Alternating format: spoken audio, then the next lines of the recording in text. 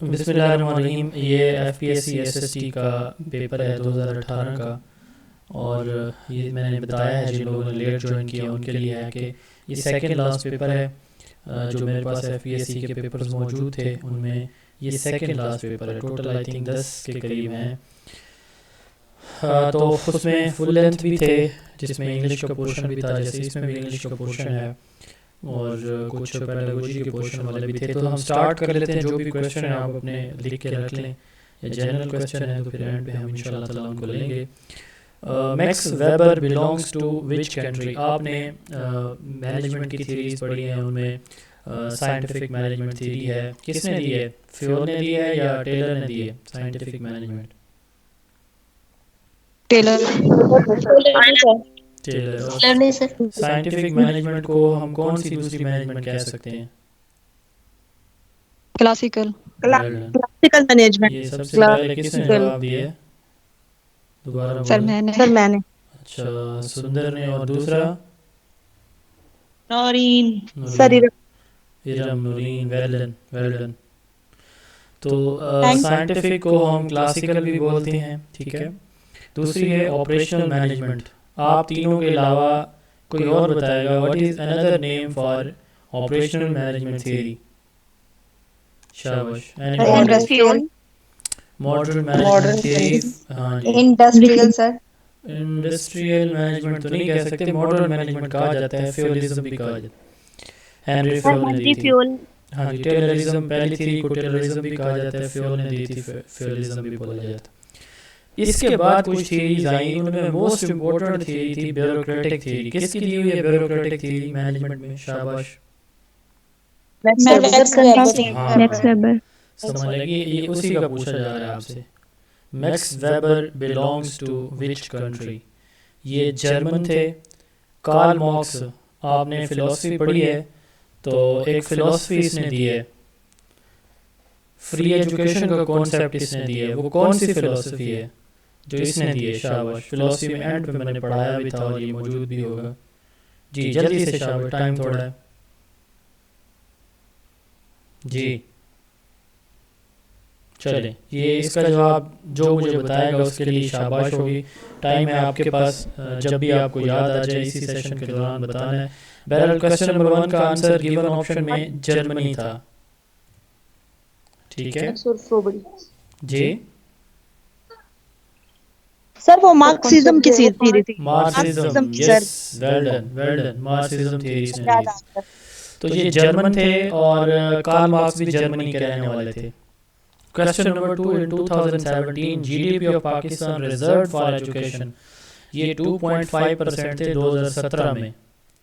अब यहाँ पे दो एमसीक्यूज और मैं आपको बता रहा हूँ, बहुत इंपॉर्टेंट है। एक, what is the recommended percentage of GDP for developing countries for education?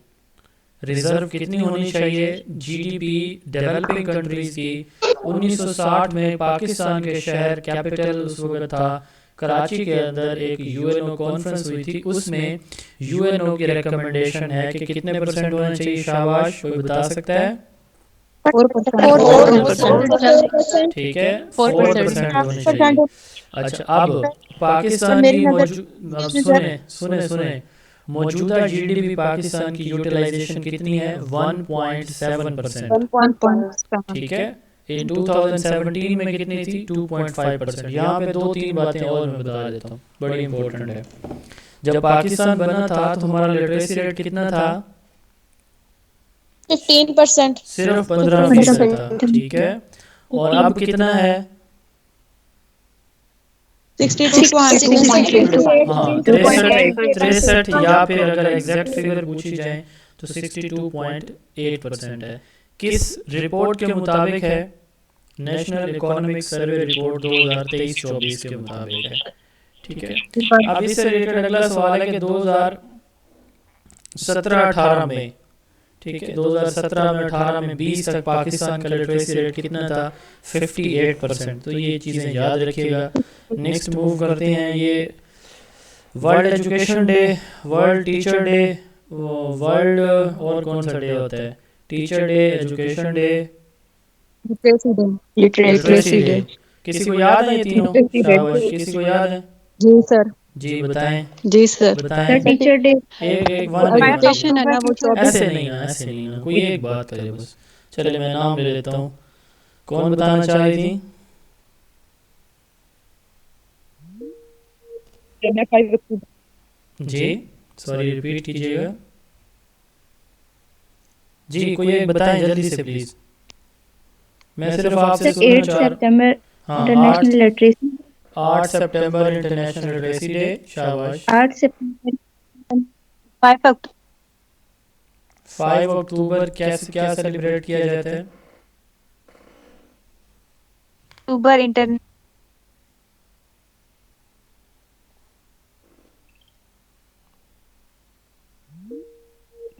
National education day.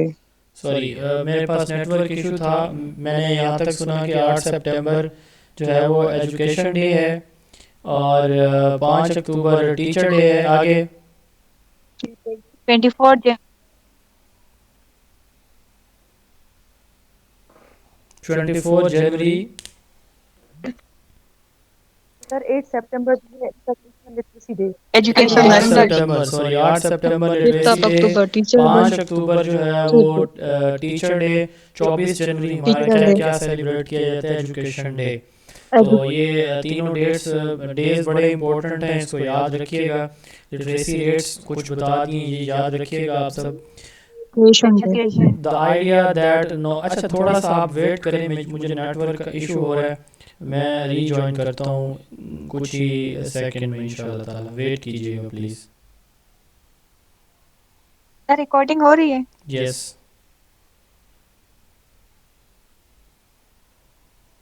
अब आवाज़ आ रही है मेरी?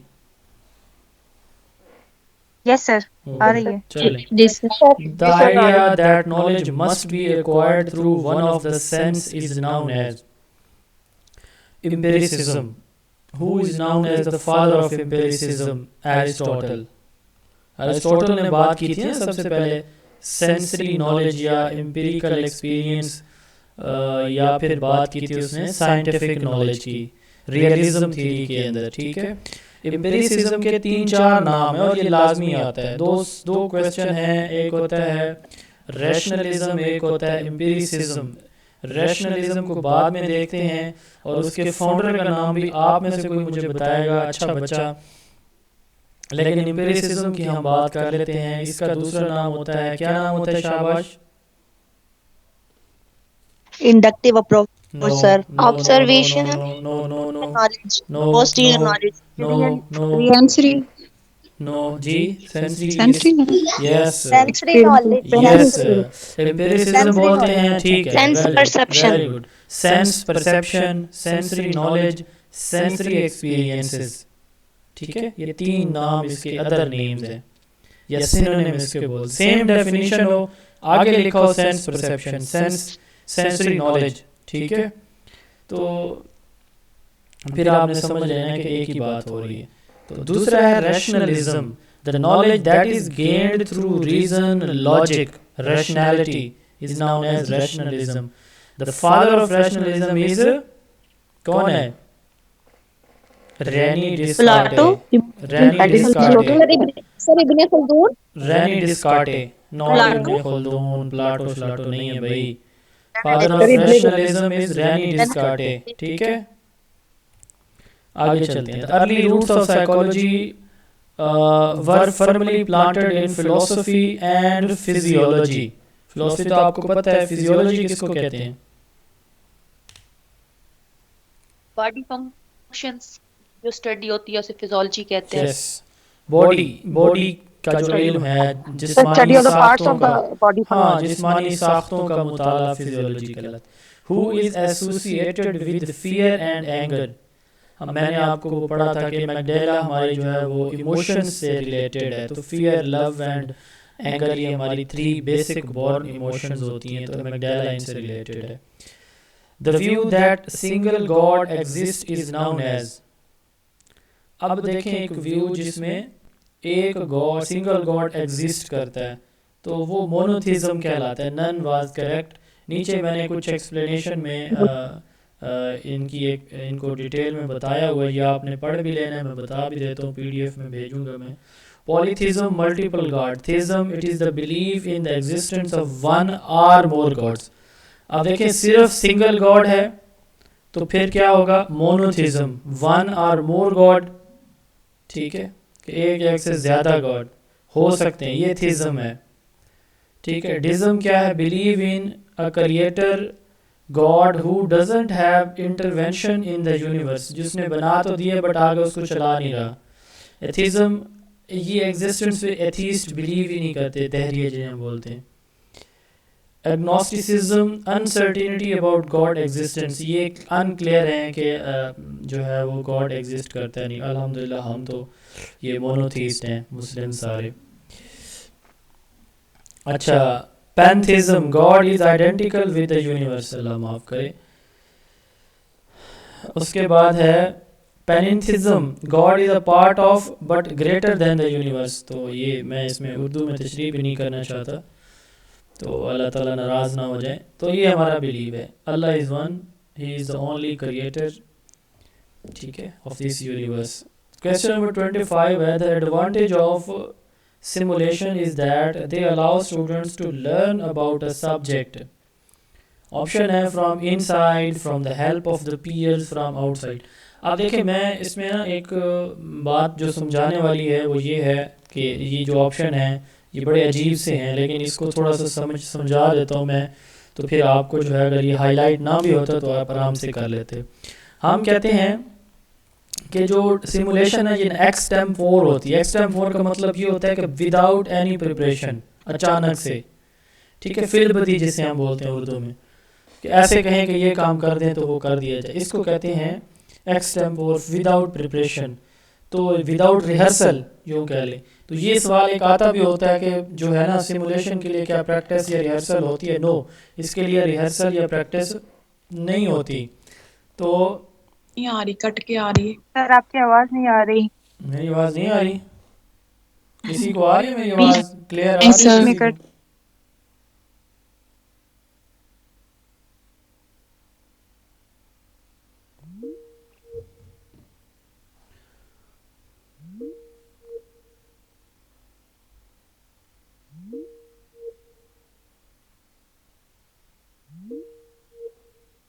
आ रही बिल्कुल भी। जी अब आ रही है आवाज़? जी सर। दुआ करें, दुआ करें जिन्होंने इस पूरे मुल्क को हर वक्त हाईजैक किया हुआ है, अल्लाह ताला उनको हिदायत दे या फिर कोई निज़ाम में तब्दीली ले आए अल्लाह पाक। कोई हमारे अमाल भी खैर अच्छे नहीं है, लेकिन ये जो सिस्टम के बाबे हैं ना, अल्लाह ताला इनसे हमारी जान छुड़ाए बस किसी तरह। बड़ा घर करके रख दिया पूरे हर एक चीज़ का। दुआ करें कि अल्लाह पाक जो है ना बस इनको निस्तो नाबूद तो ना करे, लेकिन ये है कि एटलीस्ट इनको ये तौफीक ना दे कि ये हिदायत इनके नहीं लगता मुझे कि इनके खाते में होगी, क्योंकि 75-76 साल से अगर नहीं मिली तो पता नहीं, शायद अल्लाह चाहे तो दे सकते हैं, लेकिन इन्होंने जी आम आदमी की ज़िंदगी और आम आदमी का जीना इस मुल्क के अंदर मुहाल किया, मेरे जैसे गरीब बंदे का। अब देखें मतलब एक व्हाट्सएप सर्विस है, इमरान खान को छोड़ें, उसका जिक्र ना करें, मैं किसी सियासी लीडर की बात ही नहीं कर रहा। तो ये सारे एक जैसे हैं। आपको आप क्या समझते हैं कि इमरान खान कैसे आया था? डील से नहीं आया था। अब वही डील उनके साथ नहीं हो रही तो बस यस सर। बात ये नहीं है कि इमरान खान को फरिश्ता नहीं था, ये सारे सिस्टम के बने हुए हैं। इमरान खान की अपनी फैमिली तो बाहर है ना, उसके 2 बेटे, एक बेटा इधर होता, मैं देखता कि वो कैसे डील नहीं करता। तो मैं किसी के हक में नहीं हूँ, ना ही किसी की मुखालफत में हूँ, मैं जनरल बात कर रहा हूँ कि हमें सियासत में नहीं पढ़ना। तो आज इमरान खान डील करके निकल आएगा, आपसे कोई पूछेगा भी नहीं, जिसके ये सैकड़ों जो नौजवान अब तक जिनकी डेथ हो चुकी है जलसे जुलूसों के अंदर। बहरहाल एक अजीब सा टॉपिक है, उस पर हम नहीं जाना चाहते, अल्लाह ताला हिदायत दे। मैं जिस चीज़ के हक में हूँ वो ये है कि आम आदमी की ज़िंदगी आम आदमी कम अज़ कम अपनी मर्ज़ी से गुजार सके, जो कि हमें हमारा हक नहीं मिल रहा। The advantage of simulation is that they allow students to learn about a subject from। अब देखें, मैं आपसे कहूँ कि किसी चीज़ पे बात करें अभी बगैर प्रिपरेशन के, बगैर किसी रिहर्सल के, तो आप कहाँ से किसी की हेल्प से बात करेंगे? आउटसाइड से नहीं, कहाँ से बात करेंगे? अंदर से। तो इसलिए इसका ऑप्शन है from the inside. 26 the growth potential of health. ये वो नहीं, क्या नाम था उसका, कासिम अली शाह, उसने ना वो बड़ा अच्छा मोटिवेशनल स्पीकर था, उसने इमरान खान के अगेंस्ट कोई बात की तो अगले दिन जो है ना उसके जो फॉलोअर्स हैं उनकी तादाद कम होना। ये ना हो आप लोग मेरा ग्रुप छोड़ दें। मैं अगर मेरा कोई पसंदीदा लीडर पाकिस्तान में है तो इमरान खान है, मैं सच कह रहा हूँ आपको। लेकिन मैं उसकी मतलब मेरा आप दिल हर एक से उतार गया। मैं इमरान खान से मोहब्बत करता हूँ, मैं करता था, लेकिन सिस्टम की जब हम सिस्टम को देखते हैं ना तो 5 साल में आपको पता है जो हुकूमत के हालात रहे हैं, तो इन चीज़ों को देखते हुए अब दिल जल गया, किसी की तरफ भी दिल नहीं जाता, बस छोड़ें।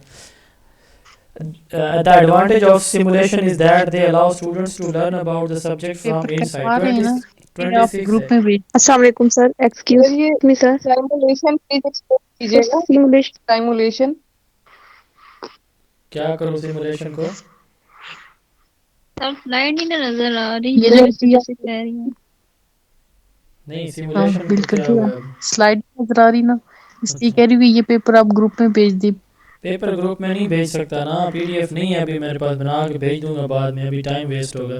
The growth potential of healthy people was emphasised bye.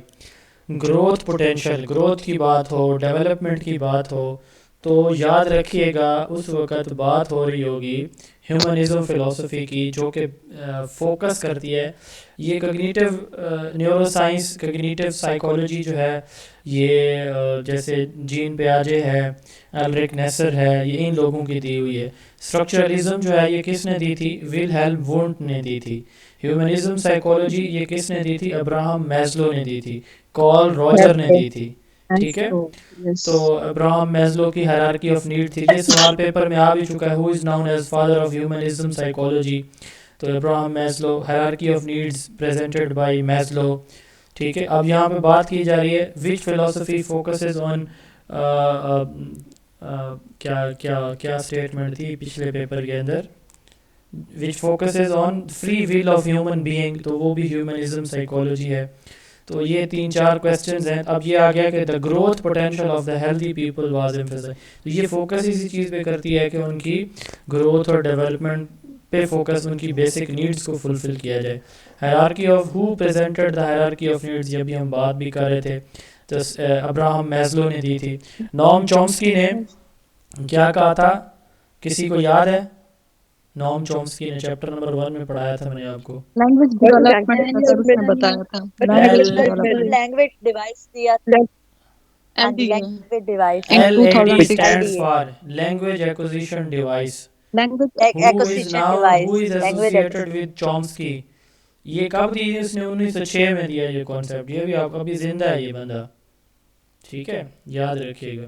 जी तो सर चॉम्स्की ने आपने दिया 1906 में दिया।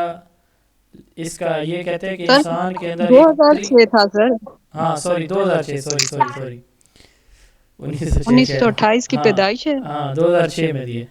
अच्छा जिंदा तो है अभी तक। हाँ जिंदा है अभी। अब देखें चॉम्स्की ने दिया और 2006 में दिया, थैंक्स फॉर करेक्शन। और इसने कहा कि इंसान को ना, जो ये इंसान ज़ुबान सीखता है तो ये प्री वायर्ड हैं चीज़ें पहले से, यानी कि एक सिस्टम अल्लाह ताला ने इंसान के इसमें रखा हुआ है दिमाग के अंदर। सिगमंड फ्राइड की 4 थीरीज हैं, बहुत इंपॉर्टेंट है। साइको एनालिसिस, जिसका दूसरा नाम है साइको डायनामिक थ्योरी, ये सिगमंड फ्राइड ने दी है। अच्छा, लाइफ एंड डेथ इंस्टिंक्ट, जिसको लाइफ इंस्टिंक्ट को एरोज कहते हैं और थैनाटोस कहते हैं डेथ इंस्टिंक्ट को। अच्छा, इसके साथ साथ इसने साइको सेक्सुअल डेवलपमेंट थ्योरी दी है, साइकोलॉजी में पढ़ाई हुई है मैंने आपको। और चौथे नंबर पे इसने जो है वो कौन सा डिफेंस मैकेनिज्म, डिफेंस मैकेनिज्म, ये 4 चीज़ें इसकी दी हुई हैं। ठीक है, तो ये चारों का मैंने तीनों का बता थ्योरी दिया। ऑफ इनवॉल्व जी सर ये सिमुलेशन को Theory of प्लीज एक्सप्लेन कीजिएगा, साइड से इसका क्या ताल्लुक है? सिमुलेशन का किस चीज़ से ताल्लुक पूछ रही है मोहतरमा? फ्रॉम इनसाइड इसकी ऑप्शन थी ना, हाँ तो मैंने इतना नंबर अच्छा 25। वो तो मैंने इतना एक्सप्लेन किया, आपने लेट ज्वाइन किया है, ये सुना सर नहीं है? मुझे इसकी समझ नहीं आई। चलें नहीं सर मैंने सुना है लेकिन मुझे इसकी समझ नहीं आई। चलें, अच्छा ठीक है, कौन समझाएगा जी इनको, जल्दी से प्लीज़। सर मुझे भी कंफ्यूजन है, ये चलो, दूसरों की जिनको नकल है नहीं होती। नहीं, सिमुलेशन कहाँ नकल होती है? तो जो इनसाइड से आई जो नॉलेज। नहीं, सिमुलेशन को देखें, पहले एक बात क्लियर कर देता हूँ मैं सिमुलेशन होती है जो वेट अ मिनट, जो हम मैं आपको रियल समझाता हूँ। लाइफ चले अब मैं समझाता हूँ ना, आप सर सुने। सर न्यू नॉलेज को पहले से जो आपके पास नॉलेज होता है उसमें शामिल करना। छोड़ो, ये नहीं होता, ये कुछ और है। मेरी सर बात सुने। फेक इन्वायरमेंट की चले मैं तरह बताऊं सुने होता ना, है ना मैं सर, बता मैं रहा हूँ बताऊं तो सुन ले सर या तो एक रियल फिनोमेना को सर भी सुन आर्टिफिशियल लेना में अब। प्रेजेंट करना सिमुलेशन। कोई और है फिलोसोफर तो बता दे, फिर मैं उन पे बात कर लूँगा। डिस्टर्ब ना करे सर, किसी बताओ। और का है बताने का प्रोग्राम तो जल्दी से बता दे। सिमुलेशन कहते हैं किसी रियल वर्ल्ड एक्टिविटी को एक आर्टिफिशियल सेफ एनवायरनमेंट के अंदर इमिटेट करना। ठीक है, अब मिसाल के तौर पर ये हिस्ट्री के लिए यूज़ किया जाता है। अब जैसे मिसाल के तौर पर खुदा न खासा किसी स्कूल में कोई इमरजेंसी वाक़या हुआ, आप 3 बच्चों को कहते कि जैसे आपने देखा वैसे करके दिखाएं, ये है सिमुलेशन। आपने उनको पढ़ाई करारदाद पाकिस्तान 23 मार्च 1940 ऐसे ये फलां ऐसे बैठे थे, आपने उनको वो दे दिया। आपने पढ़ाया खुतबा इलाहाबाद। सर जी आप पेज नंबर बता दें। छोड़े पेज को अलग, मेरी बात सुन लें, कोई कब खौफ खुदा करें प्लीज़। मैं एक बात कर रहा हूँ, पेज नंबर बता दें, ये कर दें, सुन तो लें, एक बात पूरी कर लेने दें। कई बार समझाया है मैंने, शुरू में बताया, 2 दफ़ा बताया, ये पेपर कहीं पे भी नहीं है, कि किसी किताब में भी नहीं है। अभी मैं इसकी PDF ग्रुप में भेज दूंगा। पता नहीं मैं कहाँ था मैं। सर आप सिमुलेशन के एग्जांपल जब आपको Example स्लाइड सर। शो ना हो रही हो, तुम्हारे मुझे लिए सिंपली बात। बताएंगे सर नहीं हो रही शो। अब ये देखें ना, ये कोई तरीका तो नहीं है अल्लाह के बंदे को। अल्लाह करे आपको भी ऐसे हट्टे कट्टे स्टूडेंट मिले ना, 9th 10th के बच्चियों और बच्चों को एजुकेशन वाला स्कूल मिले, जहाँ पे लड़कों वाली साइड पे आप जाएं, जैसे आप मेरे साथ करती हैं सारी। अच्छा सर हो जाए बस किसी तरह हाँ, से। हो जाएगा इंशाल्लाह, फिर होगा भी ऐसे जैसे मैं दुआ कर रहा हूँ। उस्ताद बाप की हैसियत रखते हैं और बाप की दुआ अल्लाह ताला बगैर किसी सर रुकावट के ऐसी सुनते दुआ हैं। ना करे। आंखें आगे चलते हैं। अच्छा बात सुने, मैं बता रहा था सादा सी एक मिसाल है। अल्लामा इकबाल ने खुतबा इलाहाबाद कब दिया? 1930 में दिया। उसमें उसने किस चीज़ को प्रेजेंट किया? सेपरेट नेशन के आइडिया को, कॉन्सेप्ट को पेश किया। अब आप ये पढ़ा रहे हैं मुकम्मल खुतबा के, ये इलाहाबाद के अंदर हुआ, ये ऐसे आगे लोग बैठे थे, ऐसे अल्लामा इकबाल आया और ऐसे उसने हाथ लहरा के ऐसे पाकिस्तान का फिजा में नक्शा भी बनाया ऐसे। अब यही काम आप किसी बच्चे को कहें उठ के ये करके दिखाए, ये होती है सिमुलेशन। ठीक है, तो इसके लिए किसी की हेल्प की उसको ज़रूरत होगी, या बाहर से कोई उसको आइडिया देता है? नहीं, वो अंदर से वो सारे आइडिया को कैच कर होता है और उसी को परफॉर्म करके देता है without any rehearsal. 28 students who are hyper active are most often medicated using. जो बच्चे हाइपर एक्टिव होते हैं उनको हम कैसे हाइपर एक्टिव का क्या मतलब है जी? What is sir mean? हद से ज्यादा एक्टिव स्टूडेंट। बहुत ज्यादा जज्बाती होते हैं। हाँ जी, तो उसको हाइपर एक्टिव कहते हैं। इनको हम फिर डिफरेंट काइंड के स्टिमुलेंट्स, ट्रैंक्विलाइजर मेरे माइंड में था कि शायद ये होगा, बट की में ये था, फिर मैंने इसको वेरीफाई किया था कि इनको हम डिफरेंट स्टिमुलेंट्स देते हैं और इनके ज़रिए फिर इनको कंट्रोल किया जाता है। 29 when a person must change to his existing position to respond to a new situation is called. अब ये किस थ्योरी का क्वेश्चन है? शाबाश, किस बंदे की थ्योरी का सवाल सर है? कॉग्निटिव थ्योरी जॉन पियाजे। सर ये जीन कॉग्निटिव पियाजे का है। हाँ, तो अगर यहाँ पे मैं इस स्टेटमेंट को कहूँ कि व्हेन अ पर्सन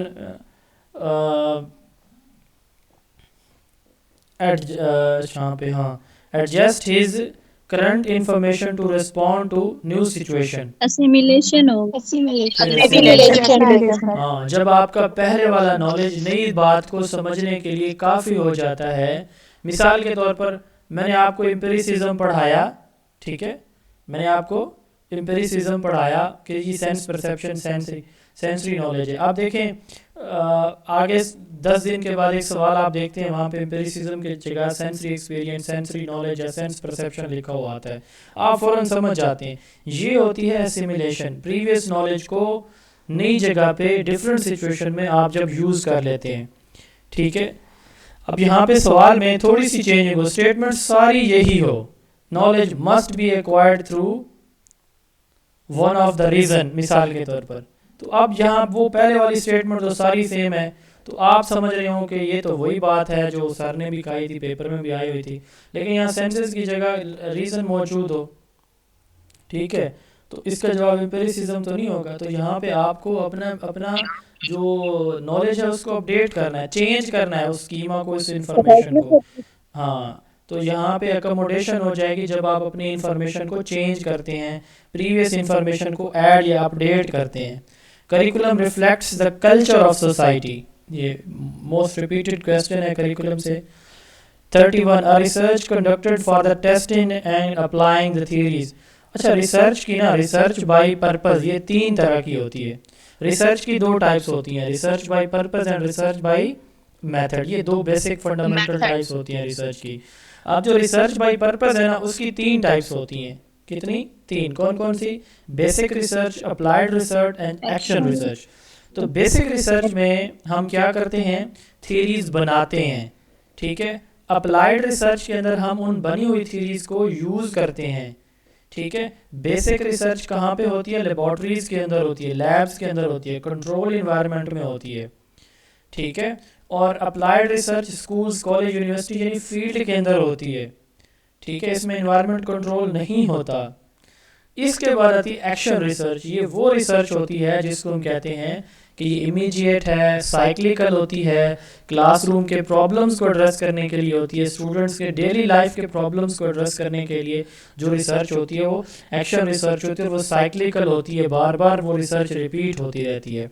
तो ये रिसर्च बाय पर्पस की ये तीन टाइप्स हैं। रिसर्च बाय मेथड होती है दूसरी, उसमें आती है experimental research, causal comparative research, x post facto research और डिस्क्रिप्टिव रिसर्च और हिस्टोरिकल रिसर्च और एक्सपेरिमेंट। ये जो नाम रिपीट हो रहे हैं, ये मैंने 4-5 नाम लिए, वो बाय मेथड है, याद रखिएगा, सवाल आएगा। A research which has classroom approach, कौन सी होगी? शाबाश। बेसिक अप्लाइड या एक्शन? एक्शन हाँ जी, अभी मैंने बताया। What is the true about hypothesis? Hypothesis मैंने पिछले लेक्चर में बताया है, पेपर की सॉल्यूशन में। हाइपोथेसिस हमेशा टेस्ट किया जाता है, ठीक है, always tested.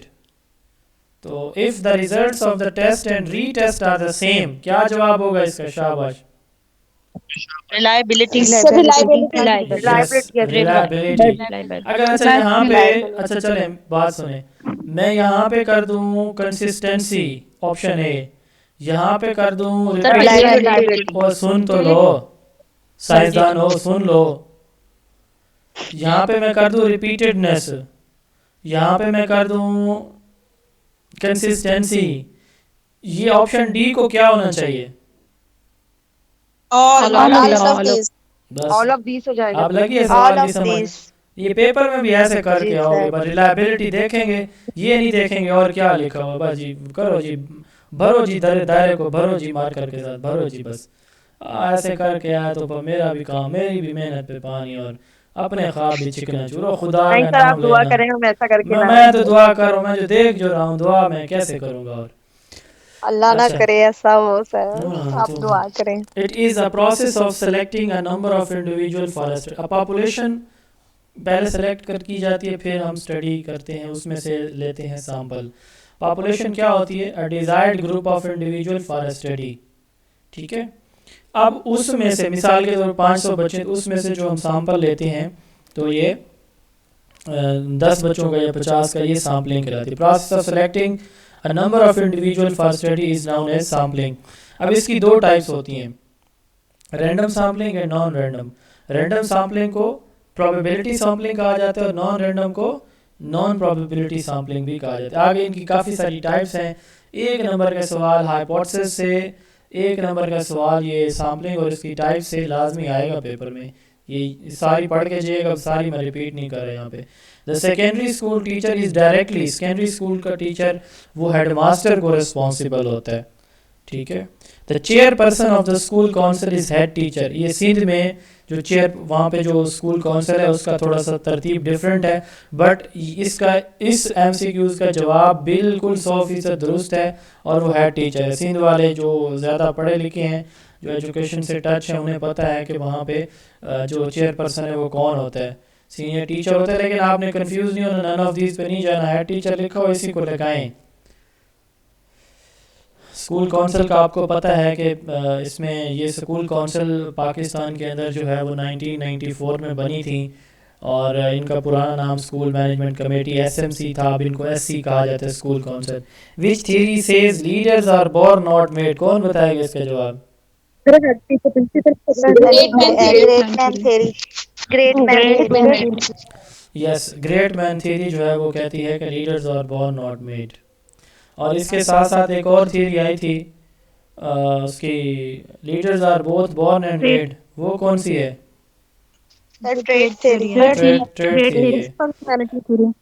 Administration means look after, ठीक है, और मैनेजमेंट मींस टू हैंडल। कल पिछले पेपर में हमने पढ़ा था। The administration of a principal is better evaluated by, administration जो है किसी प्रिंसिपल की, टीचर इवेलुएट कर सकते हैं। टीचर तो खुश होते हैं, जो उस्ताद नलायक, जो हेडमास्टर नलायक निकम्मा हो ना, टीचर खुश होते हैं कि ये अच्छा है। बच्चे भी खुश होते हैं जो सख्ती ना करे। तो कौन इवेलुएट करेगा? सोसाइटी करेगी। How transactional leadership motivate his subordinates? Transactional theory basically bureaucratic type theory होती है। इसके बरक्स एक थ्योरी होती है, उसका नाम कौन बताएगा? शाबाश, मैंने पढ़ाई हुई है। और ये इकट्ठे ट्रांसैक्शनल एंड ट्रांसफॉर्मेशनल, ठीक है। ट्रांजैक्शनल थ्योरी जो है वो ब्यूरोक्रेटिक टाइप है, जो अपने सबऑर्डिनेट्स को हमेशा सप्रेस करके रखती है, और ये काम लेते हैं रिवॉर्ड एंड पनिशमेंट से। जबकि जो दूसरी थ्योरी है वो रिलेशनशिप के थ्रू लेती है, इंटरपर्सनल रिलेशन से। ऑटोक्रेटिक लीडरशिप स्टाइल, लीडरशिप के 3 स्टाइल हैं, ऑटोक्रेटिक, डेमोक्रेटिक एंड लेसे फेयर। XYZ थ्योरी किसने दी है जी?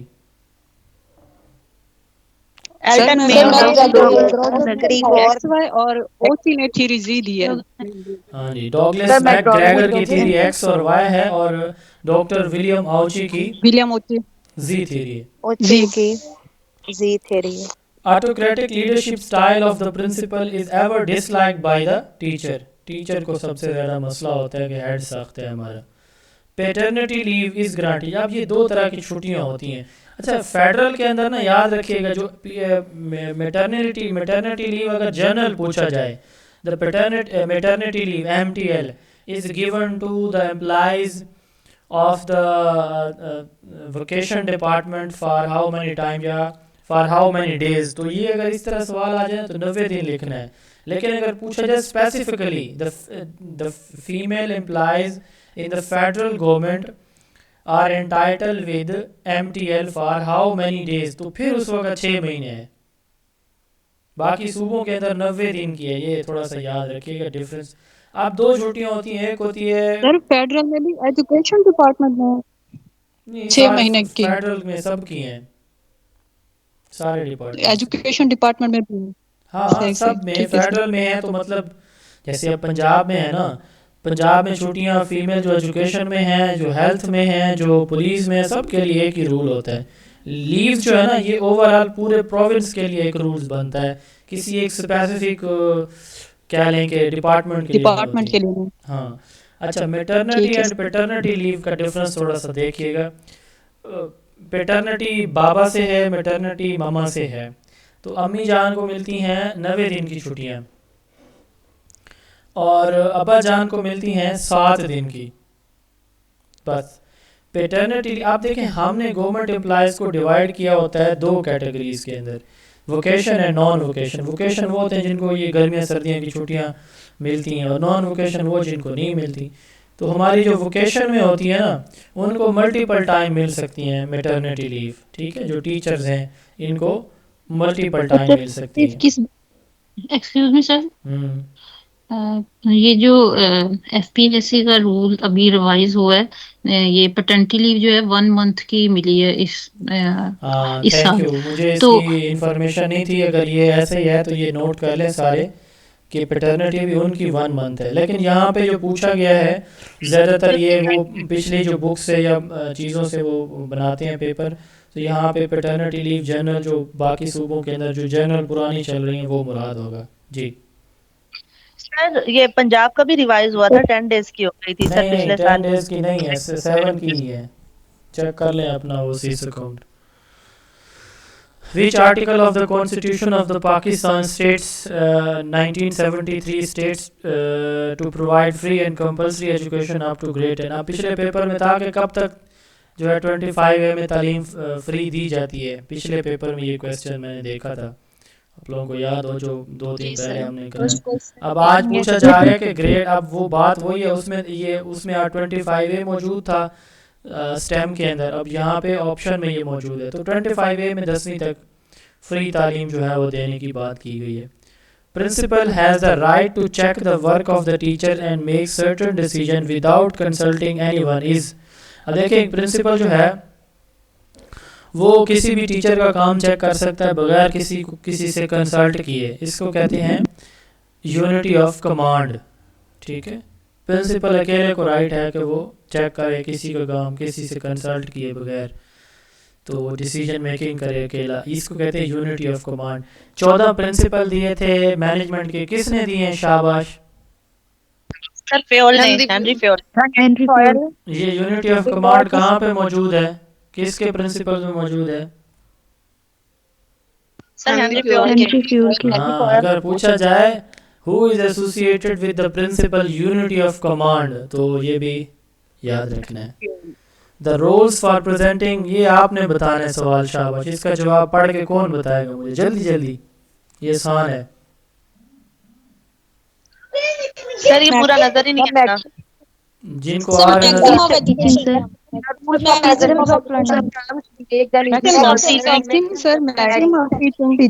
मैक्सिम्स ऑफ टीचिंग इसका जवाब है। यस। अच्छा, which focuses on teaching adults, ये एंड्रागोजी अगर यहाँ पे होता, who is associated with the term andragogy? Malcolm Knowles। और अगर pedagogy तो Socrates। So it brings this together the scientific ideas to form a unique whole। ये synthesis की बात की जा रही है ब्लूम टैक्सोनॉमी के लेवल की। Teachers perform practically and explain in demonstration method। Teacher practically perform करता है डिमॉन्स्ट्रेशन मेथड में। स्लाइड शो हो रही है जी 50 नंबर वाली? जी सर। यस सर हो रही है। Education for sustainable development seek partnership across society. ठीक है, education for sustainable development seeks partnership across the society, यानी मुख्तलिफ सोसाइटीज। सस्टेनेबल डेवलपमेंट से क्या मुराद है? पानी ज़ाया हो रहा है, इसको बचाया जाए। ठीक है, अच्छा ये सस्टेनेबल डेवलपमेंट से कोई आइडिया आपको आता है? पहले लेक्चर में कुछ मैंने आपको बताया था। सस्टेनेबल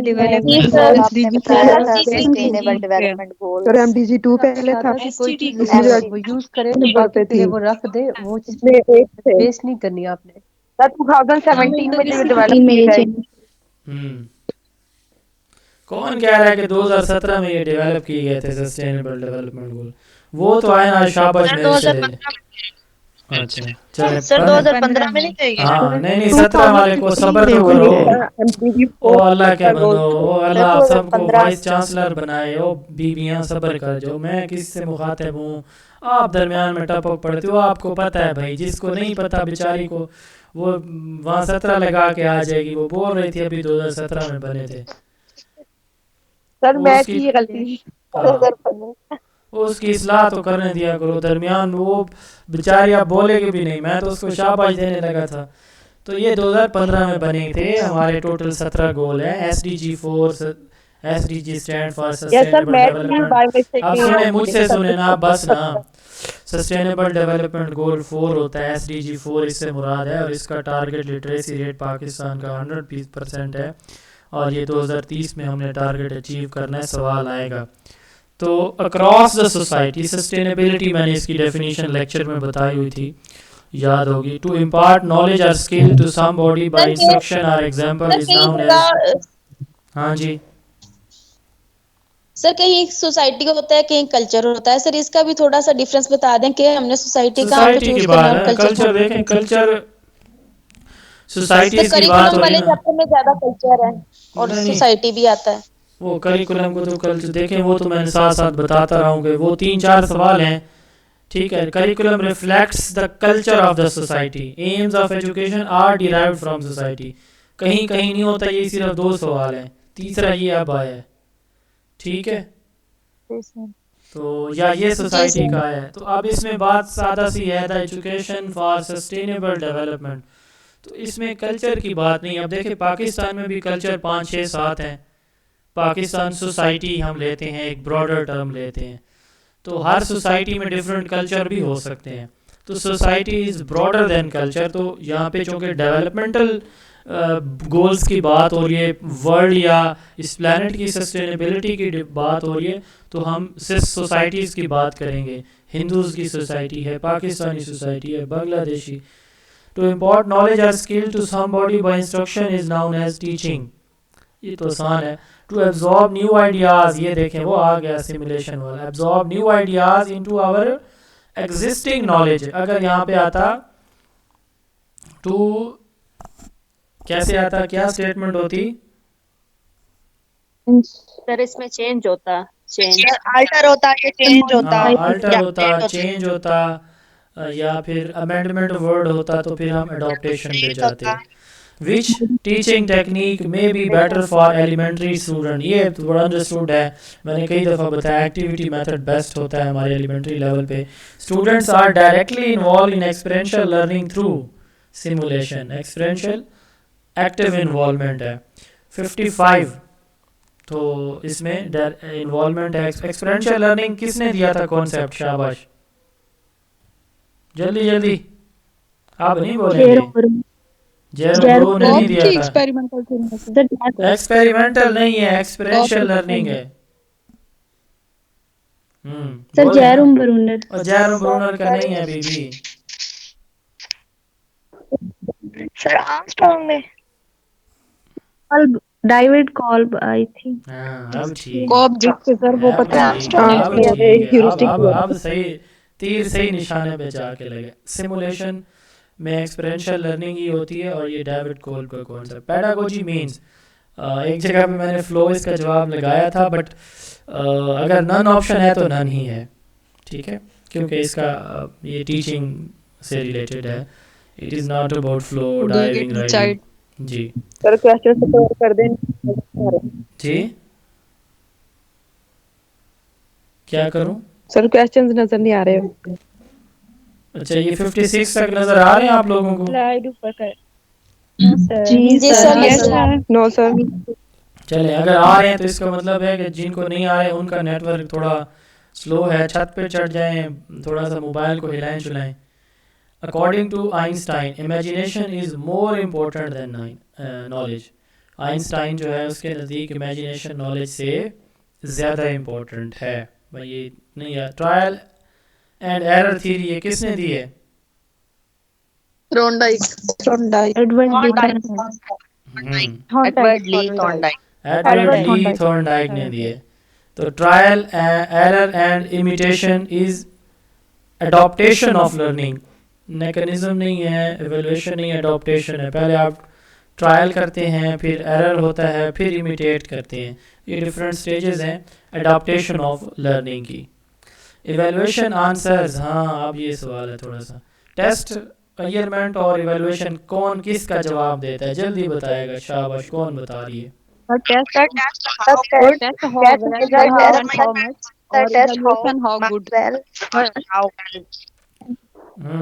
रुबाब खान, इरम, सुंदर और सोफिया। मैं चारों की आवाज़ आ रही थी, लेकिन मैं अब क्या कहूँ कि किसने क्या बोला है। इरम बताएं जी, आपका नाम पूरा इरम है? सर इरम अल्ताफ। अच्छा मैंने कहा double. Sir how good test होता है? How good test sir how होता है? मच मेजरमेंट होती है, और how much measurement, how well, sir ये क्या evaluation. Sir how well test होता है और हाउ तो असेसमेंट किधर जाएगी भाई? इवैल्यूएशन होती है। असेसमेंट कहाँ जाएगी? सर वो भी हाउ गुड में जाती है, हाउ गुड में जाएगी सर, इवैल्यूएशन के साथ ही जाएगी। Evaluation are both good. ठीक है। सर तो वैल्यूएशन ये के साथ है टेस्ट मेजरमेंट जो है, टेस्ट बताता है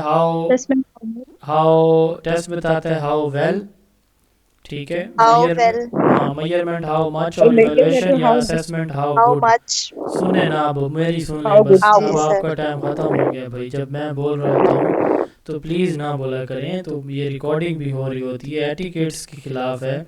बाकी स्टूडेंट जो बेचारी 120 या 130 चुप करके सुन रही हैं, तो वो इतनी इरिटेट हो रही होंगी ना, वो यकीन करें उनके एक्सप्रेशन में आपको बताना चाहता हूँ, इनके सर में दें कोई चीज़ ये जो बोलती हैं। तो सर हम तो हंस रहे होते हैं। हाँ, वही मैं कह रहा हूँ, कुछ हंस भी रहे होते हैं, कुछ गुस्सा भी आता है। जो गुस्से वाली होती है ना, मेरे जैसे कोई सड़ियल टाइप के होता है ना बंदा, वो नहीं उन सर हमें गुस्सा नहीं आता। नहीं, आपको नहीं आता ना, आप तो बोल हमारा रही भी हैं। जो चुप बोलते करके हैं बोल रहे होते हैं समझ ही नहीं आती आंसर क्या हाँ, है सर, सुने प्लीज सर ये हाँ अच्छी बात नहीं है। हाँ मैडम, थोड़ा दोबारा और बताएं, ये शुरू हो जुमला गई। रिपीट करें, एक मिनट इनका सुने। ये कौन थी? सर जब ये लोग बोल रहे होते हैं एक लफ्ज की समझ नहीं आती कि यहाँ क्या, आप इतनी इम्पोर्टेंट दे रहे होते हैं इन्फॉर्मेशन, हम लोग लिख रहे होते हैं, लिखा भी नहीं जाता सर, सब बोलने लग जाते हैं सर। इसका कोई क्राइटेरिया बनाए, कोई रूल बनाए सर। ये रजिया, आप जंग से हैं? सर जी प्लीज सर आप इन बिल्कुल। सबको जंग वाले बड़े सख्त म्यूट होते रखा हैं, तो करेंगे, थोड़ा बहुत सा डिस्टर्ब म्यूट क्या रखूं मैं, तो इनको कह कह के थक सर गया बात हूँ। सुनिए अच्छा चलिए आगे सर, ये चलते हैं। लड़कियां बहुत डिस्टर्ब होती हैं। बोल रहे प्लीज सर, हम लोग कंसंट्रेशन नहीं रख सकते इसके ऊपर। प्लीज अब सारे चुप कर हाँ, जाएं, मैं सर अब की बात इसीलिए तो सुन इनको रहे समझा तो रहा हूँ, हर एंगल से समझाने की कोशिश करता हूँ। अब जिनके पल्ले बात ना सर पड़े, शुक्र है आज आपने मौका दिया है, तो हमने अपने जज्बात आपके आगे रखे हैं कई दिनों से। मतलब मैं तो बहुत तंग होती हूँ अच्छा उनके सच इस तरह के बताएं, दिल बिहेवियर से। करता है ना कोई चीज़ उठा के सर पे मारें, ये जो तंग करती हैं आपको, जी ऐसे सर, हाँ हैरान होती हूँ कि इतने बड़े Yes, लेवल पे sir. इतनी आप चलें ये सर चलें। आप जो है ना, एट लीस्ट जब मैं आपको टाइम दूं, बेशक आप खुल के अपने इजहार ख्याल करें, लेकिन जब मैं बोल रहा होता हूँ तो सुना करें। सुन लिया है ना, अब जो ज़्यादा बोलती हैं सुन लें। फिर मैं आपके व्हाट्सएप नंबर और आपका मुकम्मल एड्रेस इनको भेज दूंगा। क्लास में चलें आगे चलते हैं, इतने छोटे लेवल चलें आगे चलते हैं, चलें आगे चलते हैं, प्लीज़ प्लीज़ प्लीज़ आगे चलते हैं। ठीक है सर, आप चलें बस आप भाई, हैं। आगे सर चुप कर जा, सर की बात तो सुन अब लो। बीबियां, अब आपकी बारी लग गई है, बस करो अब आप लोग।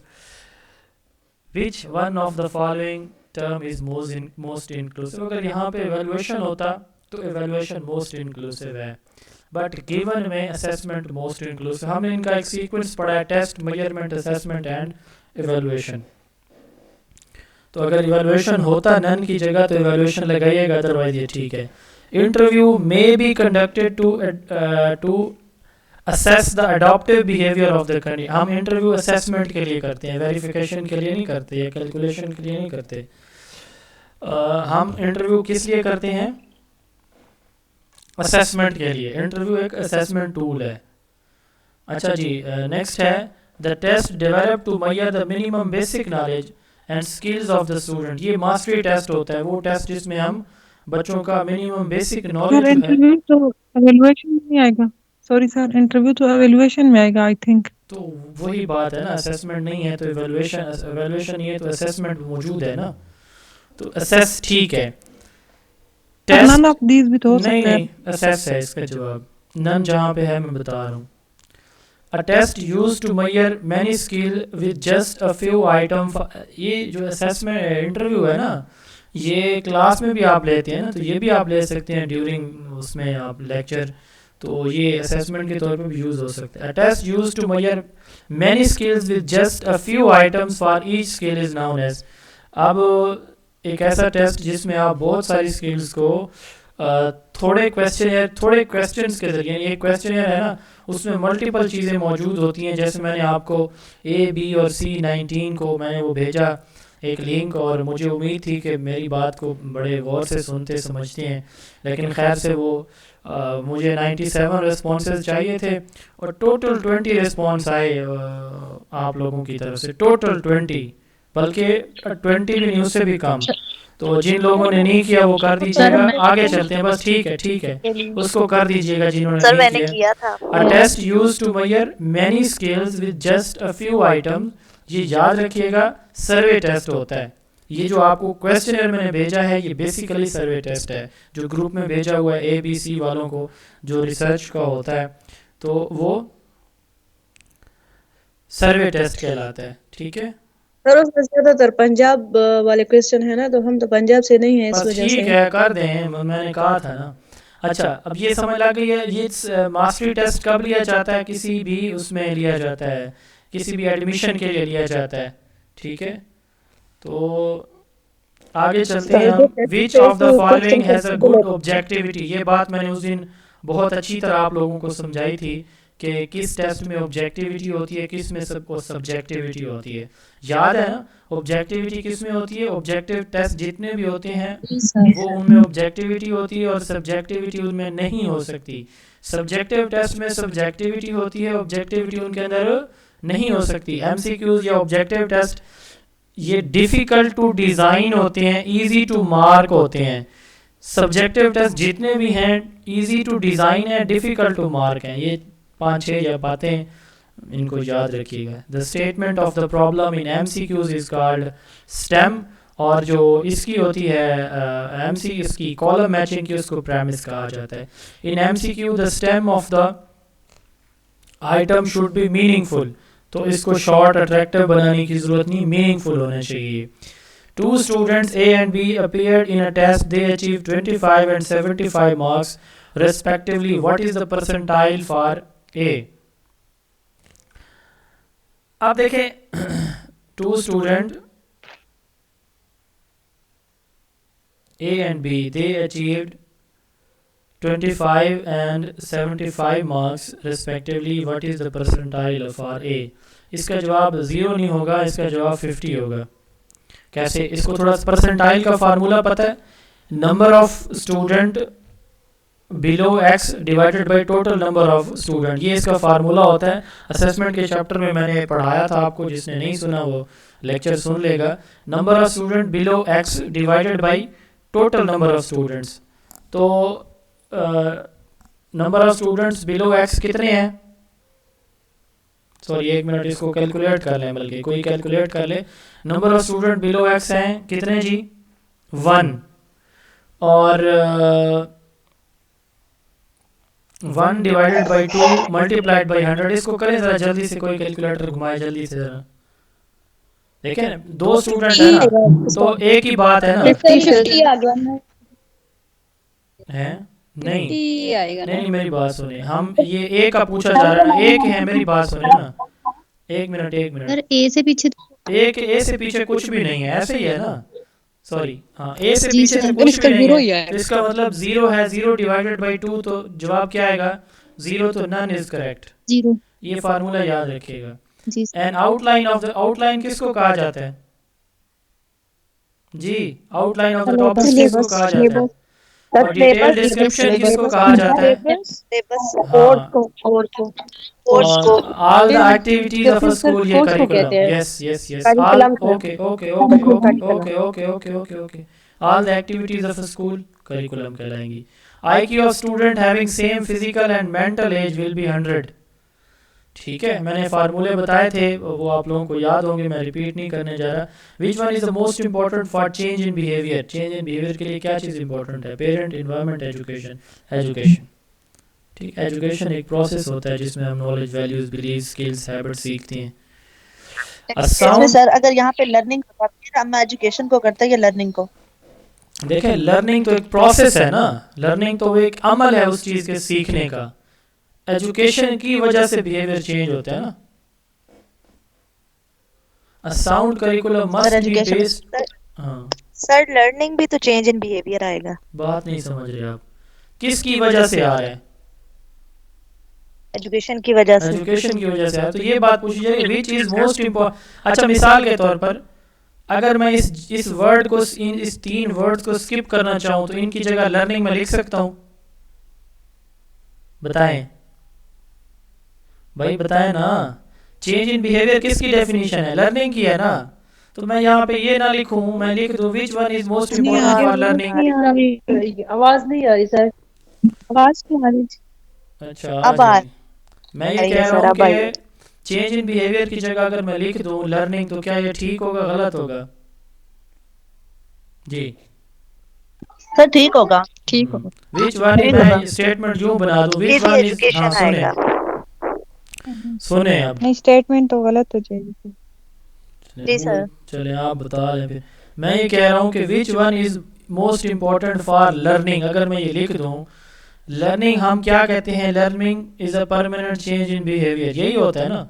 तो इसका मतलब ये पूछा ये जा रहा है आपसे कि लर्निंग के लिए क्या चीज़ ज़रूरी है, और आगे आप यहाँ पे नन लगा दें कि भी लर्निंग के लिए लर्निंग ज़रूरी है, तो बनता है जवाब का। नो सर एजुकेशन आएगा। A sound curriculum must be based on the needs and aspiration of, sound curriculum किसकी नीड्स और एस्पिरेशन, ये करिकुलम की बात अभी जो किसी ने सवाल किया था कि कहीं सोसाइटी है कहीं कल्चर है, तो curriculum must be needs and aspiration of क्या आएगा, कल्चर आएगा सोसाइटी आएगा,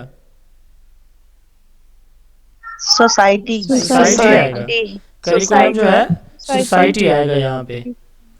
The effectiveness of the curriculum depends on the interest of the learners. Curriculum की effectiveness हमें learner की interest से पता चलता है। Curriculum cannot be built without mathematics.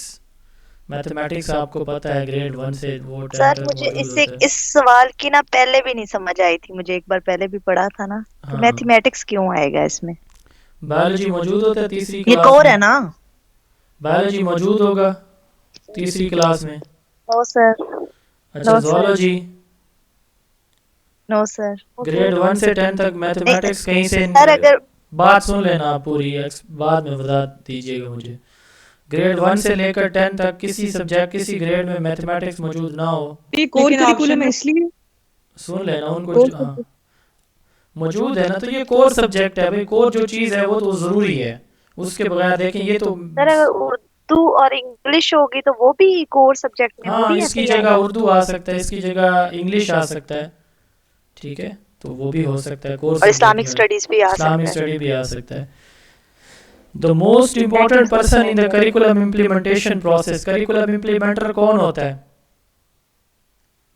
Teacher teacher teacher होता teacher. The area where the curriculum is implemented उसको क्या बोला जाता है? क्लासरूम। क्लासरूम क्लासरूम को एक्शन जोन भी हम कहते हैं क्योंकि वहाँ पे करिकुलम इम्प्लीमेंट हो रहा होता है थ्रू एक्टिविटीज, ठीक है। The highest literacy rate of females in Pakistan is in which province? Punjab के अंदर है, मुझे एग्जैक्ट लिटरेसी रेट याद नहीं है पंजाब में मेल और फीमेल का।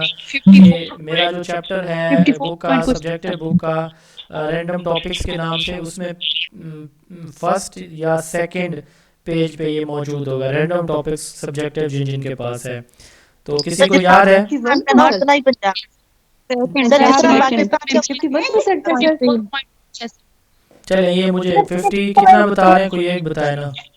54 सर पंजाब 51 सर चले 51 था शायद सर। चलें ठीक है 51 था। ये सबके पास बुक्स हैं तो ये आप सब्जेक्टिव बुक रैंडम टॉपिक्स पहले या दूसरे पेज पे ये डिवाइड करके लिखा हुआ है प्रोविंस वाइज, ये आप देख लेंगे। The idea of going back to nature, ये नेचुरलिज्म थ्योरी है, फिलोसफी है रोसो की, ये उसका है going back to nature. Father of naturalism Rousseau है। रोसो का सबसे फेमस वर्क उसका एक नॉवल था एमिल, EMILE, एमिली भी कोई इसको बोलते हैं, मैं अंग्रेज़ इतना अच्छा नहीं हूँ, तो एमिली या एमिल जो भी है, तो वो एक इम्पोर्टेंट इसका था। और इस फिलोसफी का जो फेवरेट टीचिंग मेथड है वो है प्ले वे। 3 MCQs हैं, मोस्ट रिपीटेड है, याद रखिएगा। The branch of philosophy deals with knowledge and it's methodology, knowledge से डील करता है एपिस्टेमोलॉजी, ठीक है, वैल्यू से डील करती है एस्थेटिक्स, और रियलिटी से डील करती है ऑन्टोलॉजी या मेटाफिजिक्स, और रीजन से डील करती है logic. Which among the following does not fit into the scheme of educational goals of the idealist, कि इनमें से कौन सी आइडियलिज्म की जो बात सुन लें। जी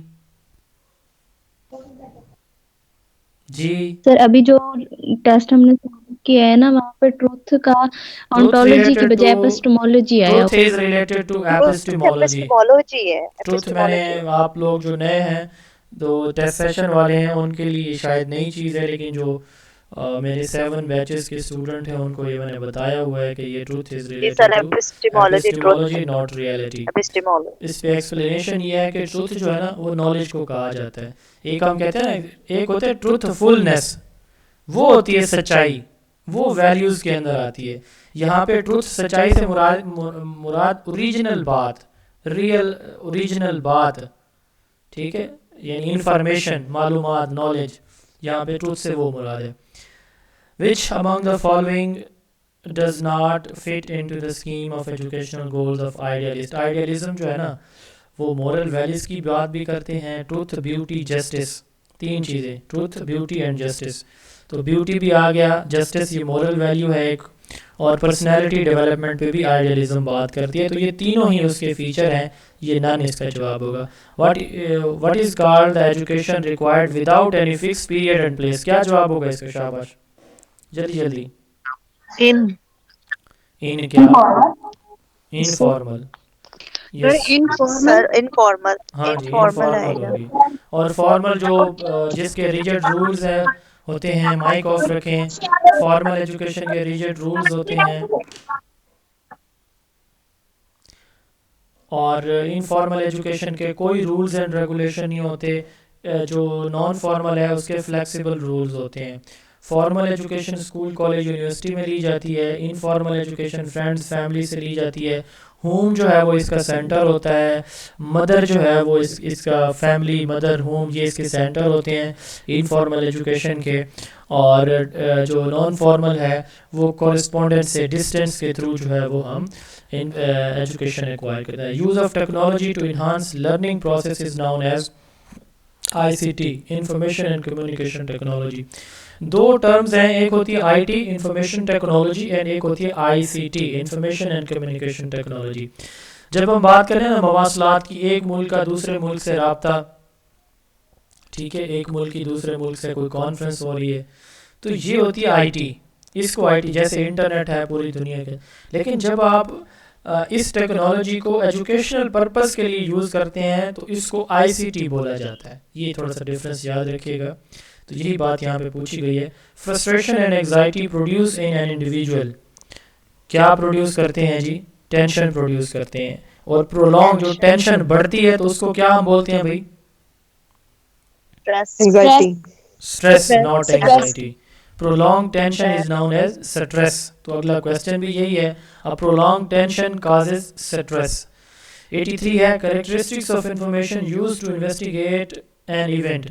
किसी चीज़ की वो खसूसियात जिसकी वजह से उसको हम इन्वेस्टिगेट करते हैं, इनको एट्रीब्यूट्स कहा जाता है। यहाँ पे ट्रेड, क्वालिटी भी बड़े अच्छे डिस्ट्रैक्टर लग रहे हैं, बट इनको टेक्निकली जो इसके लिए टर्म यूज़ होती है उसको एट्रीब्यूट्स कहा जाता है। स्लाइड शो हो रही है? ट्रेड्स भी तो आ सकता है। एट्रीब्यूट्स, यस सर, ट्रेड भी कहा जा सकता था वैसे। एट्रीब्यूट्स इसका टेक्निकली मैंने कहा कि इसके लिए जो टर्म एक यूज़ की जाती है उसको एट्रीब्यूट्स। आप देखें ना, इंक्लूसिव ब्लेंडेड एजुकेशन, अब इसके लिए मिक्स एजुकेशन हम यूज़ कर सकते हैं वर्ड? बताएं। No sir. No sir. बात तो एक ही है ना भाई, फिजिकल और ऑनलाइन को मिक्स कर रहे हो ना आप, इंटीग्रेटेड कर सकते हैं? जी सर। नहीं। जी सर, मिक्स कर सकते? नहीं कर सकते। क्यों? क्योंकि भाई एक एजुकेशन का नाम है, क्या नाम है भाई उसका? उसका नाम है ब्लेंडेड एजुकेशन। उसको अगर आप ऑप्शन में आ जाए mix education, combine education, integrated education, अगर कोई लगा के आया, नंबर नहीं मिलेगा कभी भी। इसी तरह भाई वो भी तो मिलती जुलती बात है ना, जैसे ट्रेड और क्वालिटी मिल रही है तो उसको टेक्निकली बोला एट्रीब्यूट जाता है। किसी चीज़ की क्वालिटीज़ को, ट्रेड्स को, कैरेक्टरिस्टिक्स को जो वेरी करती हैं एक दूसरे से, तो वो जो है जिनकी बेस पे उनको इन्वेस्टिगेट किए जाते हैं एट्रीब्यूट्स कहलाती है। ये रिसर्च में एट्रीब्यूट्स इनको बोला जाता है। रिसर्च में इनको कैरेक्टरिस्टिक्स या क्वालिटी या ट्रेट नहीं बोला जाता, एट्रीब्यूट्स कहा जाता है। कैरियर में भी डिफाइंड है a series of lifestyle concepts या concerns that involves a sequence of work. Career क्या होता है? हमारी ज़िंदगी का एक सीरीज़। मैं पहले प्राइमरी स्कूल टीचर था, फिर मैं SST लगा, सेकेंडरी स्कूल टीचर, फिर मैं असिस्टेंट एजुकेशन ऑफिसर बना। अब ये देखें, पता नहीं अल्लाह पाक ने आगे कहीं कोई मकाम लिखा है शायद, अगर ज़िंदगी भी है और अल्लाह ताला की तरफ से कुछ मुकद्दर में है तो इंशाल्लाह ज़रूर मिल जाएगा और जल्दी मिल जाएगा, नहीं लिखा तो फिर इंशाल्लाह। हाँ। अब ये देखें, ये मैं बता रहा हूँ कि ये सीरीज ऑफ लाइफस्टाइल है। अब देखें, पहला और था, दूसरा और है, तीसरा और है। मैं यकीन से कहता हूँ कि अगर मैंने लेक्चर का मेरा इंटरव्यू क्वालिफाई नहीं हुआ था और उससे मोटिवेशन मुझे मिली और मैंने ये बुक्स भी लिखी और चैनल भी बना और अल्लाह ताला ने आप सबकी खिदमत का मौका भी दिया, आप यकीन करें कि अगर मैं लेक्चर बन जाता, मैं यकीन से कहता हूँ कि मैं यहाँ ना बैठा होता, मुझे पता है, क्योंकि मैं कहता बस ठीक है। और सर इतने लोगों की किस्मत ना बदली फिर। नहीं, किस्मत तो फिर जब आपकी, मैं तब कहूँ ना जब आपको अल्लाह ताला कामयाबी दे ना, तो फिर मैं कहूँ कि हाँ मैं कोई लकी वन हूँ, मैं वो क्या से कहते हैं किस्मत वाला पत्थर हूँ।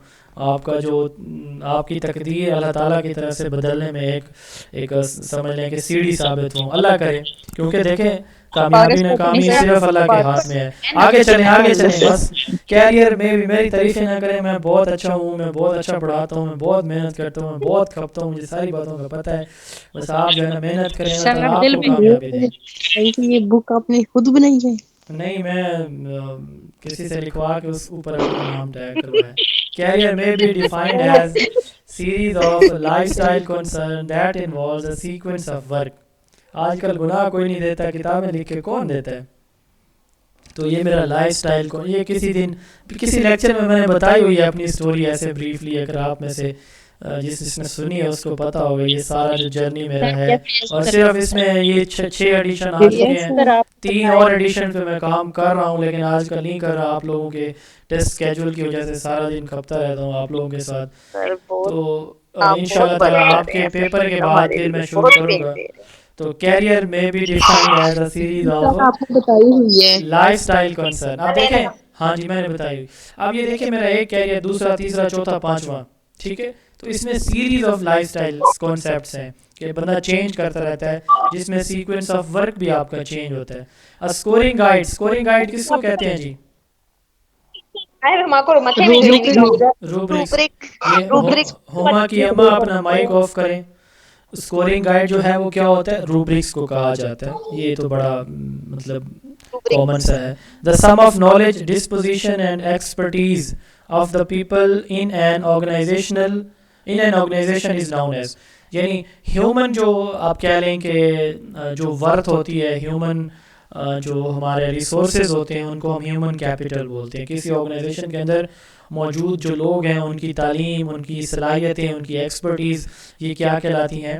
ह्यूमन कैपिटल कहलाती हैं। द अचीवमेंट, अचीवमेंट जो बच्चे लेते हैं या कोई बंदा अपने कैरियर में लेता है उसको अकॉम्प्लिशमेंट कहा जाता है। Achievement gained during the career, जो आपको मिलती हैं, अल्लाह ताला आपको वो बनाए, टीचर बनाए, जो आपके एम्स हैं अल्लाह ताला आपके पूरे करें, तो उस वक्त जो आपको कोई अवार्ड मिलेगा। अच्छा, आवाज़ आ रही है किसी को मेरी? ये सबको ही नहीं आ रही?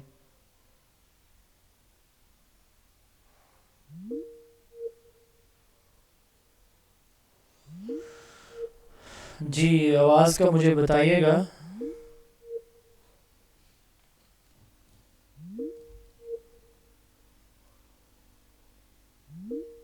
नहीं आ रही है, आपको भी नहीं आ रही? अब आ रही आवाज़ मेरी? नहीं, किसी को भी नहीं आ रही। अब आ रही होगी। जी आप भी आई। अचीवमेंट की बात मैं कर रहा था। Achievement gain during the career, इसको अकॉम्प्लिशमेंट कहा जाए, चाहे बच्चों की हो या किसी की हो, किसी कैरियर में किसी की हो, तो इसको अकॉम्प्लिशमेंट कहा जाता है। What is meant by the term meritocracy, ये मेरिट की बेस पे जब आपकी सिलेक्शन हो तो मेरिटोक्रेसी इसको बोला जाता है। 89 है, it is an activity that not only evaluates how people perform but also how activities have been done. तो ये अप्रेजल होती है कि जिसमें हम ये चेक करते हैं कि लोग कैसे परफॉर्मेंस दे रहे हैं और एक्टिविटी किस तरह से की जा रही है, इनको अप्रेजल कहा जाता है। असेसमेंट का दूसरा नाम है appraisal. A choice made between 2 और मोर अल्टरनेटिव, ये मैंने कई दफ़ा बताया क्या होती है। अल्टरनेटिव मौजूद हैं, option. Yes, decision. It improves the productive contribution of the people, लोगों का जो प्रोडक्टिव कंट्रीब्यूशन है इससे वो इम्प्रूव होता है। किस चीज़ से जी?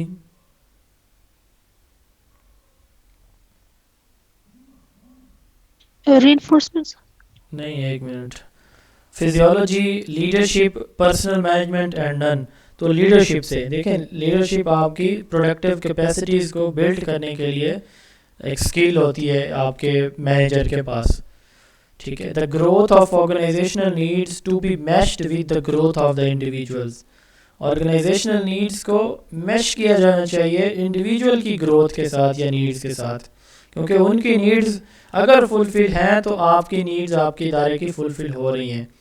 ये कौन सी थ्योरी है? अगर आप इसको थ्योरी की तरफ लेके जाएं तो कौन सी थ्योरी बात, structuralism, humanism, behaviourism, scientific management? जी sir science. Growth of organisational needs to be matched with the growth of individual. जी शाबाश। किसकी बात हम करेंगे? Sir humanism. ह्यूमनिज्म की। हाँ, ह्यूमनिज्म। क्योंकि आपने देखें यहाँ पे कहा जाए कि ग्रोथ ऑफ द इंडिविजुअल, अगर ये स्टेटमेंट यूँ होती ना, the growth of the individual need to be matched with the growth of the organization, यानी इंडिविजुअल्स की नीड्स को मैच करके ऑर्गेनाइजेशन को बस ऊपर लाया जा रहा है, तो फिर तो हम कहते हैं कि ये साइंटिफिक है। लेकिन यहाँ पे कह रहा है कि ऑर्गेनाइजेशन की नीड्स को आप जो है ना कम करके इंडिविजुअल्स की नीड्स को आगे लेकर आएँ, तो ये ह्यूमनिज्म होगी। Position power of the principal is limited to teacher and student both. Student के मिसाल के तौर पर किसी बच्चे को स्कूल से खारिज करना है तो भी पावर तो है ना हेड के पास, ठीक है। किसी टीचर को सजा जजा देने के लिए रिकमेंड करना है तो भी अख्तियारात हैं। द डिसिप्लिन, जो इंग्लिश पढ़ान पहले डिस्कस करती हैं वो रेडी रहे हैं, फिर अभी इंग्लिश का पोर्शन आने वाला है।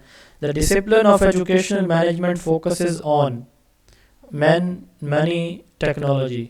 The discipline of educational management किसकी होती है? मनी की होती है, टेक्नोलॉजी की नहीं, मैन की होती है। इंसान कंट्रोल में है तो हर एक चीज़ कंट्रोल में है। Administrative decision making is assume to be, decision making हमेशा रैशनल होती है, आपको पता है। क्रिएटिव या सर्टेन से ज़्यादा रैशनल यानी लॉजिक बेस होनी चाहिए। Which decision making rules tries to equally satisfy both the parties, win win approach. तो इसमें क्या किया जाता है? दोनों पार्टीज़ को इक्वली क्या किया जाता है? सेटिस्फाई करने की कोशिश की जाती है। ये डिसीजन मेकिंग की एक अप्रोच है, win win approach. The matrix structure violate the unity of command. Matrix structure में आप एक से ज़्यादा बॉस होने चाहिए किसी भी ऑर्गेनाइजेशन के अंदर, तो यूनिटी ऑफ कमांड में सिर्फ एक होना चाहिए, तो ये उसके अगेंस्ट है। The school headmaster operates the following administrative function except. School headmaster जो है वो स्टाफिंग नहीं कर सकता, कोऑर्डिनेशन भी करता है, कंट्रोलिंग भी। ये टीचर भर्ती होना इसको स्टाफिंग कहते हैं, ये फिर गवर्नमेंट का काम होता है। 99 है, it is a senior employee who sponsor and support the new employees. ये मेंटोर होता है जो कि स्पॉन्सर करता है, सपोर्ट करता है न्यू एम्प्लॉयज़ को। Work place conflicts may be resolve by the principal using win win approach. Work place जहाँ पे इस तरह के मसाइल होते हैं तो दोनों पार्टीज़ को जो है वो बराबरी दे के उनको क्या लेंगे, दोनों को राज़ी करके मामला ठंडा करके काम चलाया जाता है, तो ये विन विन अप्रोच होती है। जी इंग्लिश वाली किधर है मोहतरमा? जी सर।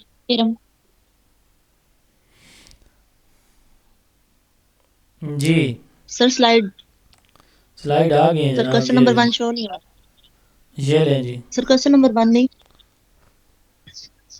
आ रहे द आप। स्टोरी बुक विच में टीचर, सर नहीं हो रहा शो पूरा ना, वो आपका नेम आ जाता है वहां पे, थोड़ा सा अगर स्क्रॉल कर दें इसको तो।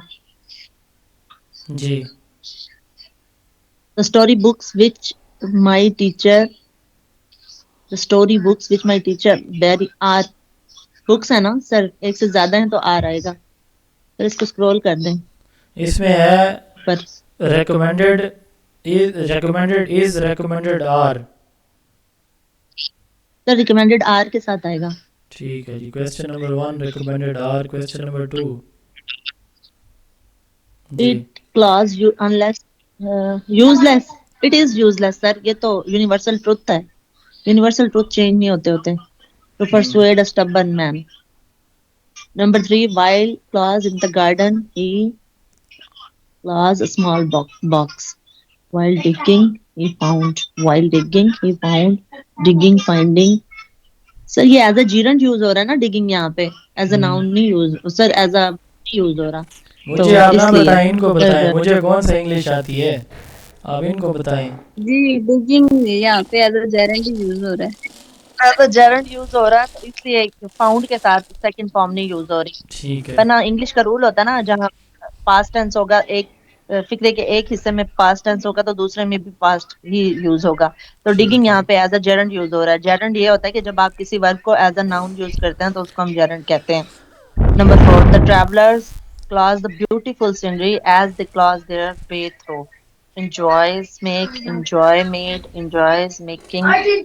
The travelers प्लूरल हैं तो इनके साथ एस ई एस का जो वो है एडिशन नहीं होगा, और दे भी प्लूरल है तो उसके साथ भी एस या ई एस का एडिशन नहीं होगा।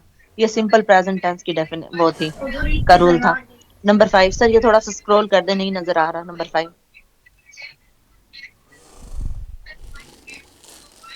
glass through an old album, Alia by some of the photographs. Looking through an old, sir यहाँ भी एज ए जेरंड, ये वही was amused, सर ये भी जेरंड वाला ही रूल है, वही जो हम पीछे पढ़ के आए हैं, इसलिए लुकिंग के साथ है। Through an old album. Infinitive और जो है पास्ट पार्टिसिपल वगैरह, इसको जरा डिफाइन करें। पार्टिसिपल और जो है ये इन्फिनिटिव, इसमें क्या है? ये भी ना उनके साथ ही आईएनजी लगा के वो बनता है ना? हाँ जी, पार्टिसिपल्स जो होता है ना वो 3 टाइप्स के होते हैं। एक प्रेजेंट होता है, और मेन तो 2 टाइप्स होती है ना, एक प्रेजेंट होता है और एक पास्ट पार्टिसिपल होता है। पास्ट की फिर फर्दर 2 होती हैं, एक सिंपल पास्ट पार्टिसिपल होता है और एक हैड के साथ यूज हो जाता है परफेक्ट पार्टिसिपल। ये ना मैं आपको ग्रुप में सारा डिटेल से बताती हूँ। इधर ही बताएं, इधर ही। Thank you. मुझे ये वही पार्टिसिपल वाला रूल भी लग रहा है सर। इनको ना इधर ही बता दें, 2 मिनट मेरी बात सुने, इनको 2 मिनट 3 मिनट में इधर ब्रीफली बता दें। आप एक ग्रुप में ऐड है ना, तो हमारे 8 ग्रुप हैं इस वक्त। हाँ इधर ही जो बताएं इधर ही बताएं। मैंने ना नहीं किया। अच्छा अच्छा, चलें फिर कल बता दीजिएगा, ग्रुप में ना बताएं, कल ही बता मैं कल दीजिएगा। इसको अच्छी तरह गो करके ना मैं गलत कंसेप्ट ना दे जो बैठूं। मेरी बात सुने, जो इम्पोर्टेंट है ना इस तरह की चीज़ें, वो आप नोट डाउन कर लें। रोज़ाना आपको 5-7 मिनट में देता जाऊँगा, आप उसमें इनको एक्सप्लेन करते जाएं, ताकि अल्लाह करे हमारी वजह से इंग्लिश के इनके क्वेश्चन ये जेरंड की जो आ रही है ना, इनकी मेन डेफिनेशन जेरंड ये भी है कि अगर किसी को नहीं समझ आ रही तो जो स्टार्टिंग में होगा ना उसके साथ आईएनजी लगा हुआ होगा, लेकिन अगर मिड में कहीं आ जाए ना तो वो एज अ वर्ब यूज होगा, वो जेरंड नहीं होगा। हाँ, और लास्ट में भी he seems to be quite ignorant of ये सीधा सा रूल है सर, इसको तो रट्टा ही लगाया जाता है verbs के साथ prepositions को। Number 7, the case has been delayed because we have no access to। किसी चीज की तरफ अगर हमारी एक्सेस हो तो उसके साथ access to ही लगता है सर, ये भी वही वाली बात हो गई। he seems to be quite contented with होता है सर। ये preposition के रूल्स हैं, ये FA की जो बुक है ना सर, बुक का नेम बता दूं यहाँ पे सर, वहां से अगर लर्न कर लेना तो ये पोर्शन हो जाएगा इनका। गाइड है सनशाइन गाइड, उधर से अगर लर्न कर लें तो। और बेसिक प्रीपोजिशन के रूल भी आप नेट से भी कहीं से भी कर लें तो हो जाते हैं। वहां से वो फिर कहीं ना कहीं जाके बता, वो बहुत लेंथी प्रोसेस हो जाता है। अगर सनशाइन वाले जो 100-150 दिए में अगर उसको रट्टा लगा लेना वो बेस्ट रह जाएगा। he seems to be quite contented sunshine. We must adhere to, ये सारे उसमें हैं सर। इसका 2 होगा सर, इसको स्क्रॉल करें, ये वाकई 2 है या नहीं? 2 ही है, मुझे नहीं शो हो रहा। 2 है जी, एडहेयर 2 होगा। 2 ठीक है सर, इसको स्क्रॉल करें। मेरा ख्याल ये है कि जो प्रेपोजिशंस होते हैं ना इनके तो प्रेपोजिशन है फिक्स प्रेपोजिशन जो प्रेपोजिशन से लगता है तो नहीं लग सकता, क्योंकि अगर स्टेटमेंट चेंज होगी तो फिर आप कैसे करेंगे उसको? इसका तो कॉन्सेप्ट है ना, वो होना जरूरी है। कॉन्सेप्ट होता है, लेकिन जो फिक्स प्रेपोजिशन होते हैं ना वो फिक्स ही होते हैं। देख लें, एंडोर्ड विद, ये वही है, देख लें। तो हम कुछ समझ मुझे रूल नहीं आते, अगर किसी और को आते हैं तो बल्कि वो मुझे भी समझा दें। अच्छा, मेरी बात सुनिए, यहाँ पे जो प्रेपोजिशन की लोग बात कर रहे हैं, ठीक है, 2 किस्म के प्रेपोजिशन होते हैं, एक फिक्स प्रेपोजिशन होते हैं और एक जो है ना नॉन फिक्स होते हैं। ये जो ये बात कर रही है कि हमें कैसे पता चलेगा? मुझे आपकी आवाज आधी आई, आधी नहीं आई। प्रेपोजिशन ऑफ टाइम होता है, रिलेशनशिप होता है, और आपका और भी डिफरेंट टाइप के होते हैं ना, उसके हिसाब से भी प्रेपोजिशंस होते हैं जो कि हम यूज करते हैं। कहीं पर भी चलिए हम आप आगे हम चलें अच्छा प्लीज, लगाएंगे तो नेक्स्ट फिर नहीं नेक्स्ट कर करें। सकते इसको। I laughed at him for making। अच्छा ing आए ना किसी भी वर्ब के साथ तो उससे पहले फॉर ही प्रपोजिशन यूज होती है मोस्टली 95% केसेस में ऐसे होता है। तो एक जी ये आप लोग निशानी चाहें तो लगा लें। The gift was bought for, अगर किसी जगह से लिया है तो ऑफ आएगा, और अगर किसी के लिए लिया है, किसी पर्सन के लिए लिया है तो फॉर आ जाएगा। An honest person always speaks the truth. Truly हो नहीं सकता ना ट्रूथ, यहाँ पे नाउन ही होगा ना यूज, और नाउन यहाँ पे जो है वो ट्रूथ है। ट्रूली जो है वो तो एडजेक्टिव बन जाएगा।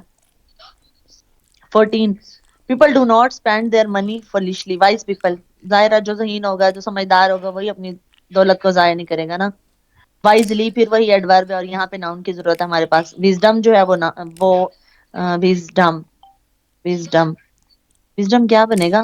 विजडम भी तो नाउन ही है। अकलमंदी, विजडम अकलमंदी होती है ना, लेकिन वो नहीं आएगा। हो रहा ना, विजडम पीपल नहीं हो सकते। मेरे ख्याल में विजडम इसका एडजेक्टिव है ना वाइस पेपर, एडजेक्टिव भी है, उसकी खसूसियत बयान कर। हाँ जी, ये क्वालिटी भी है। विजडम यहाँ पे एडजेक्टिव है, ठीक है। हाँ। वाइज जो है वो नाउन है, वाइजली जो एडवर्ब है, और विजडम जो है एडजेक्टिव है। As it was a minor offense, the traffic policeman let him।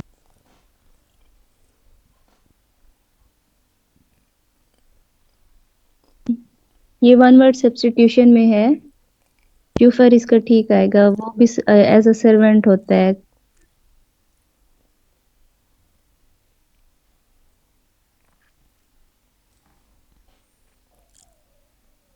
आवाज नहीं आ जी रही है इरम बिल्कुल की भी। आवाज नहीं आ रही। कोई और इंग्लिश वाले एक्सप्लेन करना चाहें क्वेश्चन 15 से ऑनवर्ड प्लीज।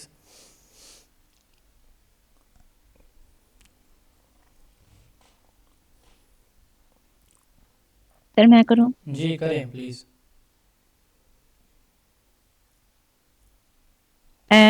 15 से onward. As it was a minor dash, the traffic policeman let him off with warning. ठीक है, ये ऑफेंस, ठीक है, माइनर ऑफेंस, ये जो है नाउन है, ठीक है। ऑफेंड जो होगा और ऑफेंडर जो होगा, ऑफेंडर वर्ब है और ऑफेंडर जो है वो एडजेक्टिव की, तो ये इसलिए जो है ये दोनों यूज नहीं होंगे, ये ऑफेंस होगा इसका यहाँ पे। The patrol boat picked up signals of the ship in dash distress, distinctly distressed, none of these। तो यहाँ पे भी जो है प्रपोजिशन आ गया, प्रपोजिशन के साथ हमेशा नाउन या प्रोनाउन ही यूज होगा, इसलिए यहाँ पे डिस्ट्रेस आएगा। आगे replace the underline word. My father's professional driver is young and energetic, ठीक है। तो जो है यहाँ पे new motorist, chauffeurs, operator of automobile, none of these. तो प्रोफेशनल ड्राइवर की बात हो रही है, तो ये जो है इसका सेकंड वाला ही होगा।